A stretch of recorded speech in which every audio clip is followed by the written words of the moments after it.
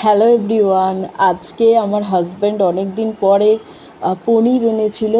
পনির খেতে আমি খুব ভালোবাসি, তবে খুব একটা আমাদের বাড়িতে হয় না। অনেক দিন আগে, বেশ কয়েক বছর আগে একবার বোধহয় হয়েছিল।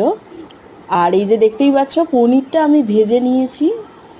আর তার সাথে আমার হাজব্যান্ড এনেছে লাল শাক। লাল শাকটা আমি কেটে ফ্রেশ করে ভালো করে ধুয়ে ঝুড়িতে রেখেছি।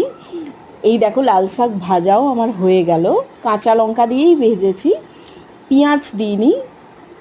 আর তারপর তার সাথে পটল এনেছিল, আলু পটল দিয়ে পনির দিয়ে তরকারি আমি বানিয়েছিলাম। এই যে আলু পটল টমেটো আমি ডুমো ডুমো করে কেটে রেখে দিয়েছি ঝুড়িতে।